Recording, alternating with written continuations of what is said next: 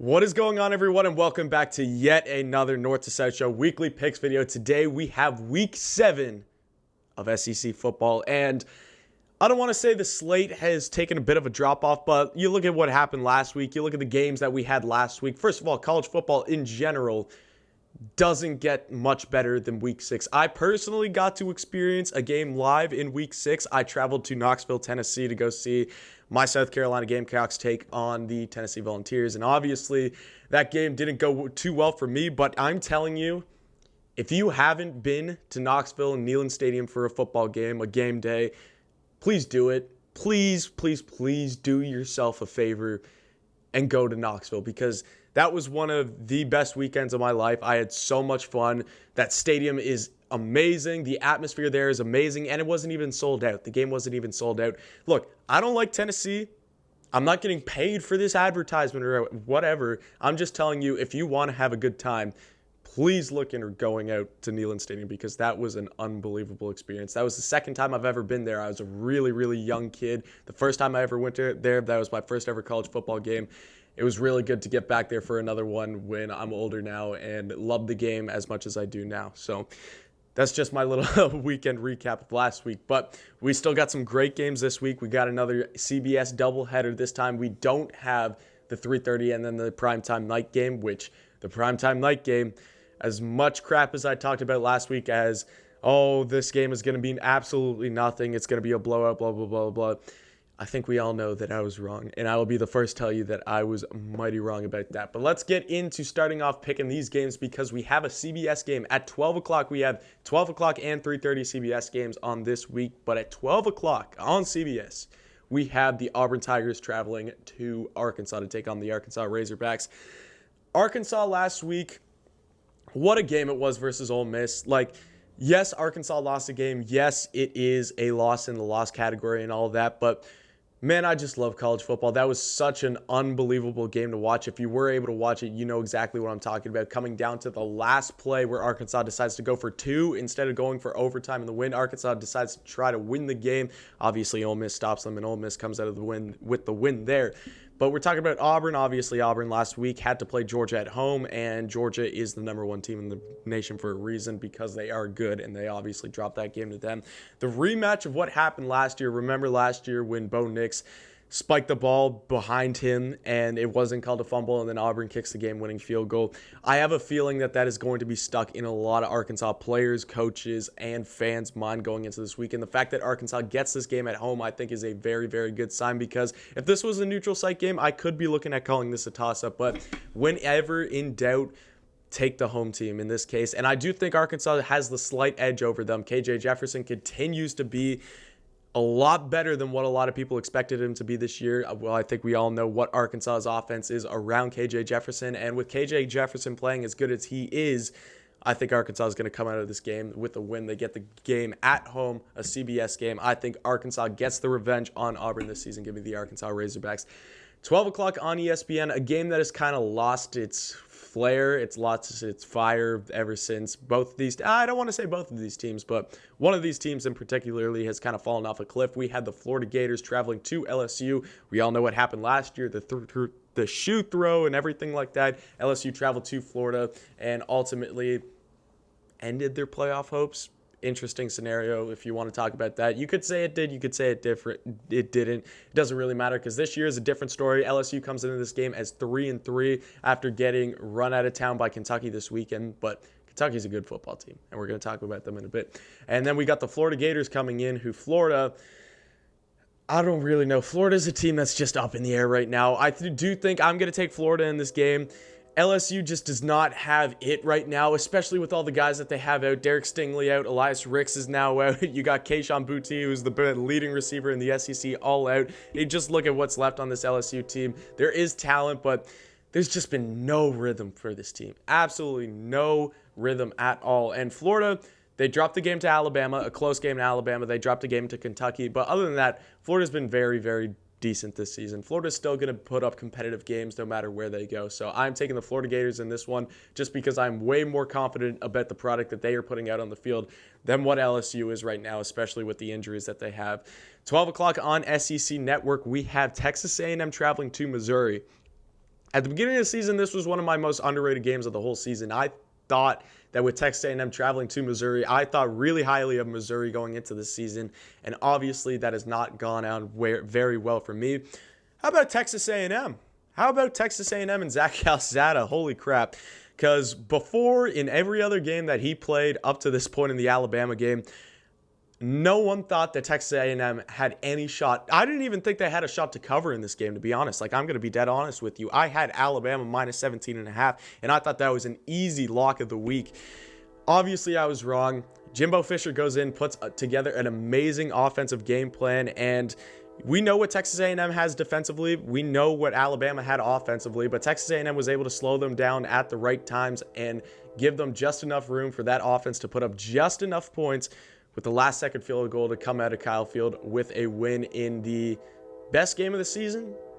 Best game of the season. I'm not sure if you guys can hear that, but we got the Columbia trains going right now. But best game of the season? Are we going to call Alabama, Texas A&M best game of the season? I think that there is a very strong argument. You could make an argument for any of the games. Iowa, Penn State, Texas, Oklahoma, Alabama, Texas A&M. You can make an argument that any of those games were some of the best games of the week. It was just that kind of week in college football. So I am going to take in this game, even though it's in Missouri. Texas A&M's riding the high off the Alabama game. Missouri has not been able to hit its stride yet. They have struggled immensely defensively.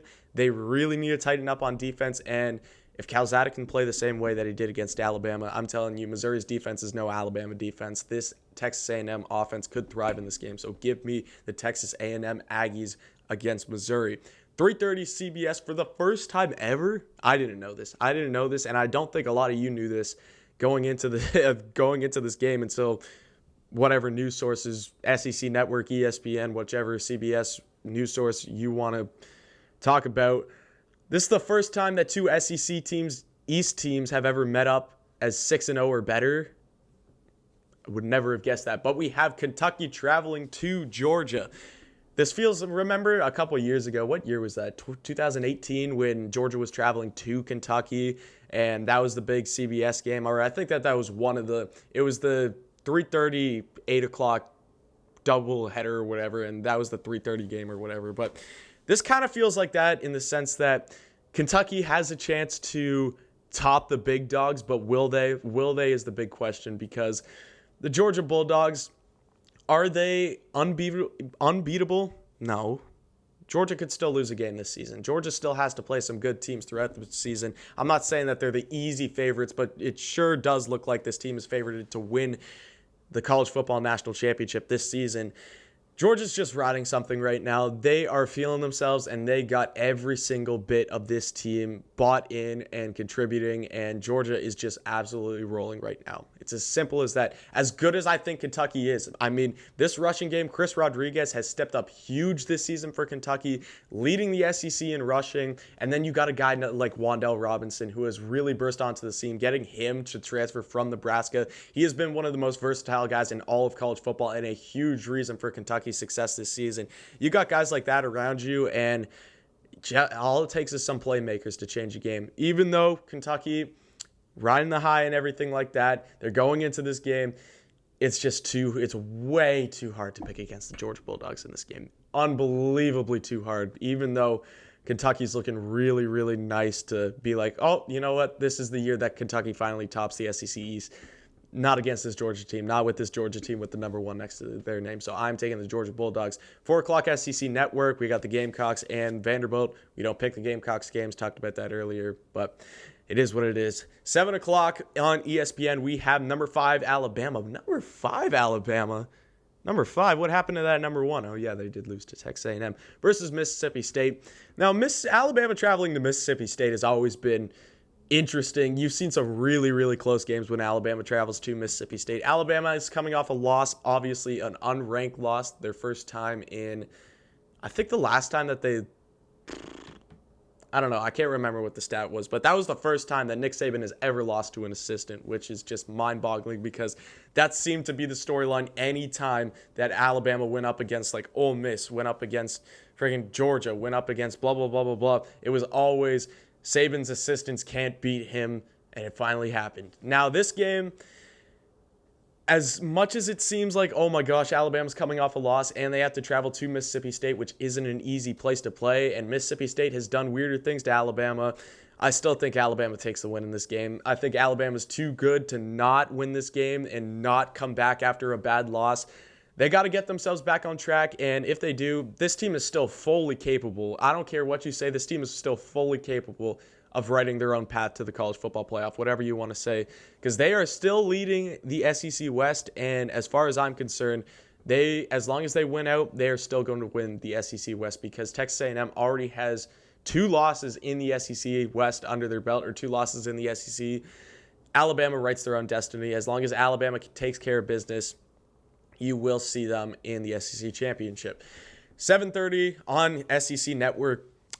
Honestly, this is the best game of the whole week in the SEC. And if you think otherwise, I don't know what to tell you, because we have a hot Ole Miss team coming in off of an amazing game against Arkansas versus a hot Tennessee team. Tennessee's gone up against 2 defenses, Missouri, who they obviously hung like 64 points off of, and then South Carolina this week, who they hung 45 off of. And if we're being honest, this isn't just me being a Gamecocks fan and me being biased. Up until that point, South Carolina's defense was one of the better ones in the SEC.